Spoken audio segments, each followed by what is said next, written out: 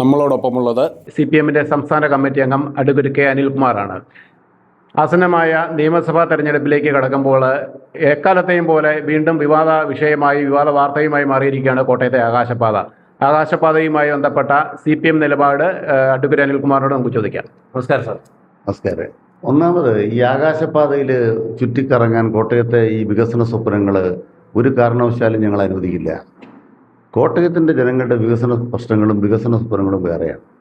ഇപ്പോൾ ബഹുമാനപ്പെട്ട MLA-ക്ക് ഒരു നിവൃത്തിയില്ലാത്തതുകൊണ്ട് അതുമായി ബന്ധപ്പെട്ട് പച്ച നുണകൾ പറയുകയാണ്. അടിസ്ഥാന പ്രശ്നം എവിടെയാണ് ലിഫ്റ്റ് സ്ഥാപിക്കുന്നത്? ഞാൻ ബഹുമാനപ്പെട്ട MLA-യോട് പറയുകയാണ്, അദ്ദേഹം പറയുന്ന സ്ഥലത്തും സമയത്ത് ഞാൻ ഹാജരാവാം. ആ ആകാശപാതയുടെ ചോട്ട് വന്ന് എവിടെയാണ് ലിഫ്റ്റ് വെക്കാൻ ഉദ്ദേശിക്കുന്നത് പറയണം. ഈ ചോദ്യം 2021 ബഹുമാനപ്പെട്ട കോടതിയിൽ ഉയർന്നു വന്ന പ്രധാനപ്പെട്ട പ്രശ്നമാണ്. 8 ലിഫ്റ്റുകൾ സ്ഥാപിക്കുമെന്നായിരുന്നു ആദ്യത്തെ ഡിസൈൻ. അത് കഴിഞ്ഞാൽ ഡിസൈൻ പൊളിച്ചു പോണത് 4 ലിഫ്റ്റുകൾ എന്നതിലേക്ക് പരിമിതപ്പെടുത്തി. അപ്പം ലിഫ്റ്റ് എന്ന് പറയുന്ന സാധനം അത്യാവശ്യമാണെന്ന് 2 ഡിസൈനിലും കണ്ടു. ലിഫ്റ്റ് എവിടെ വെക്കും? അത് CSIയുടെ സ്ഥലമാണോ? അല്ല അവിടുത്തെ YMCയുടെ സ്ഥലമാണോ? ഞാൻ മുനിസിപ്പാലിറ്റിയുടെ സ്ഥലമാണോ? പോസ്റ്റ് ഓഫീസിൻ്റെ സ്ഥലമാണോ? അല്ല വിദ്യാർത്ഥി പത്രത്തിൻ്റെ സ്ഥലമാണോ? ഇവിടെയൊക്കെയല്ലേ വെക്കാൻ പറ്റുള്ളൂ. ഇപ്പോൾ കാല് കൊണ്ട് ശാസ്ത്ര റോഡിലിട്ടിട്ടുണ്ട്. ആ കാല് ശാസ്ത്ര റോഡിലിട്ടുകൊണ്ട് ഇത് പൂർത്തിയാക്കാൻ പറ്റുമോ? അടിസ്ഥാന ചോദ്യം എവിടെയാണ് ലിഫ്റ്റ് സ്ഥാപിക്കുന്നത്? അതൊക്കെ ചൂണ്ടിക്കാണിച്ചു തന്നാൽ ബാക്കി ഏത് ചോദ്യത്തിന് ഉത്തരവുണ്ട്. 2, ബഹുമാനപ്പെട്ട കലക്ടറെ കുറിച്ച് നുണ പറയാൻ പാടില്ലായിരുന്നു. കലക്ടർ ഒരു കത്ത് അദ്ദേഹത്തിന് കൊടുത്തെന്ന് പറഞ്ഞു. ഇന്ന കരാറുകാരന് കൊടുക്കണം. അങ്ങനൊരു കത്തില്ല. ഇല്ലാത്ത കത്തുണ്ടെന്ന് പറഞ്ഞു. അങ്ങനൊരു കത്തുണ്ടായിരുന്നെങ്കിൽ ഹൈക്കോടതിയിൽ അദ്ദേഹം കോടതിക്ക് ഹാജരാക്കണം. ഇപ്പോൾ കോടതിയിലെ വിധി എന്താണ്? അത് ബലക്ഷയമാണ്, മേൽത്തട്ട് പൊളിച്ചു മാറ്റണം. അപ്പോൾ ആദ്യം പൊളിക്കട്ടെ, അദ്ദേഹത്തിൻ്റെ പൊളിക്കട്ടെ. പൊളിക്കുമ്പോൾ ബാക്കി എങ്ങനെ പണിയുന്ന എസ്റ്റിമേറ്റ് ഉണ്ടാക്കണം. ആര് പൈസ കൊടുക്കും? എവിടുന്ന് പൈസ കൊടുക്കും? അപ്പം ലിഫ്റ്റ് ഉണ്ടോ ഇല്ലയോ എന്നുള്ള ചോദ്യം. സ്ഥലം ഏറ്റെടുക്കണോ വേണ്ടയോ? സ്ഥലം ഏറ്റെടുക്കലെല്ലാം ഈ 6 മാസം കൊണ്ട് നടത്തുമെന്നാണോ അദ്ദേഹം പറയുന്നത്? ഇതെല്ലാം ജനങ്ങളെ കബളിപ്പിക്കാനാണ്, പറ്റിക്കാനാണ്. ചെയ്യാൻ പാടില്ലായിരുന്നു അത്. എന്തായാലും മുമ്പ് അവിടെ ഒരു ശീമാട്ട് റൗണ്ടാന നല്ല ഒരു തെങ്ങിൻ്റെ രൂപമൊക്കെ വെച്ചിട്ട് നല്ല പച്ചപ്പുള്ളൊരു ശീമാട്ട് റൗണ്ടാന അവിടെ കോട്ടയത്തിൻ്റെ മുഖമായിരുന്നു. ആ പച്ചപ്പ് തിരിച്ചു കൊണ്ടുവരണം എന്നുള്ളതാണ് ഞങ്ങളുടെ ആഗ്രഹം. ഹൈക്കോടതിയിലെ കേസുമായി ബന്ധപ്പെട്ട് പാലക്കാട് മദ്രാസ് IIT-കൾ നടത്തിയ പരിശോധനയിൽ അതിൻ്റെ മുകളിലത്തെ റിങ്ങിന് ബലക്ഷയമുണ്ടെന്ന് കണ്ടെത്തിയിട്ടുണ്ട്.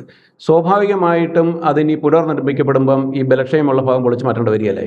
റിങ് മാത്രമല്ല, ആ റിങ്ങിൻ്റെ സ്ഥിതി നോക്കി അതിൻ്റെ റൗണ്ടിൽ മുഴുവൻ താങ്ങുന്ന വിധം തൂണില്ല. ഒരു തൂൺ അവിടെ സ്ഥാപിക്കണമെങ്കിൽ സ്ഥലം ഏറ്റെടുക്കണം. ഇതാണ് പ്രശ്നം. അതിൻ്റെ ഭാഗമായിട്ട് അതിൽ ഏച്ചുകെട്ടുണ്ടോ? പുതുതായി നിർമ്മിക്കുമ്പോൾ ഏച്ചുകെട്ടുന്നൊരു ഡിസൈൻ ആരെങ്കിലും അംഗീകരിക്കുമോ? സാങ്കേതിക പരിശോധനയിൽ അത് തള്ളപ്പെട്ടു പോകും. എന്ത് കാരണം കൊണ്ടാണോ അത് നിർത്തിവെക്കപ്പെട്ടത്, അതേ കാരണം സ്ഥലമില്ലാത്തതാണ്. സ്ഥലമില്ലാത്തതുകൊണ്ടാണ് തൂണ് റോഡിൻ്റെ നടുക്കിൽ വന്നത്.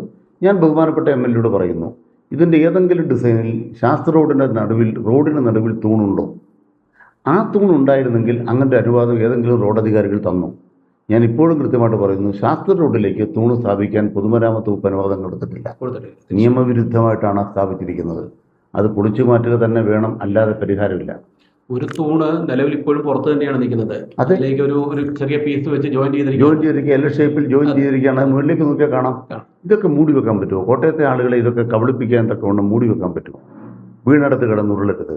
സത്യസന്ധമായി കോട്ടയത്തെ ജനങ്ങളോട് മാപ്പ് പറയാം. ആകാശപാത അല്ലാതെ ഇതിനൊരു ബദൽ സംവിധാനം CPM അല്ലെ ഇടതുപക്ഷം മുന്നോട്ട് വയ്ക്കുന്നത് എന്താണ്? അതായത് ഈ കേരളത്തിൽ വന്ന മാറ്റം ദേശീയപാത, മലയോര പാത, തീരദേശപാതയൊക്കെയാണ്. അതിൽ കോട്ടയില്ലല്ലോ. ഇപ്പോൾ MC റോഡ് 4 വരിയാകണം. അപ്പോൾ കോട്ടയത്തിന് ബൈപ്പാസ് വേണം. നഗരത്തിലെ റോഡ് നഗരത്തിലെ ജനങ്ങൾക്ക് ഉപയോഗിക്കാം. ബൈപ്പാസ് ഉണ്ടാവും. ആ ബൈപ്പാസിന് 5200 കോടിയാണ് ഇപ്പോൾ കിബി അനുവദിച്ചിരിക്കുന്നത്. അതിൻ്റെ നേട്ടം കോട്ടയത്തിന് ഉണ്ടാക്കി കൊടുക്കും. അപ്പോൾ പിന്നെ ആകാശപാത എന്ന് പറയുന്ന ആശയം തന്നെ ഇവിടെ ആവശ്യമില്ല.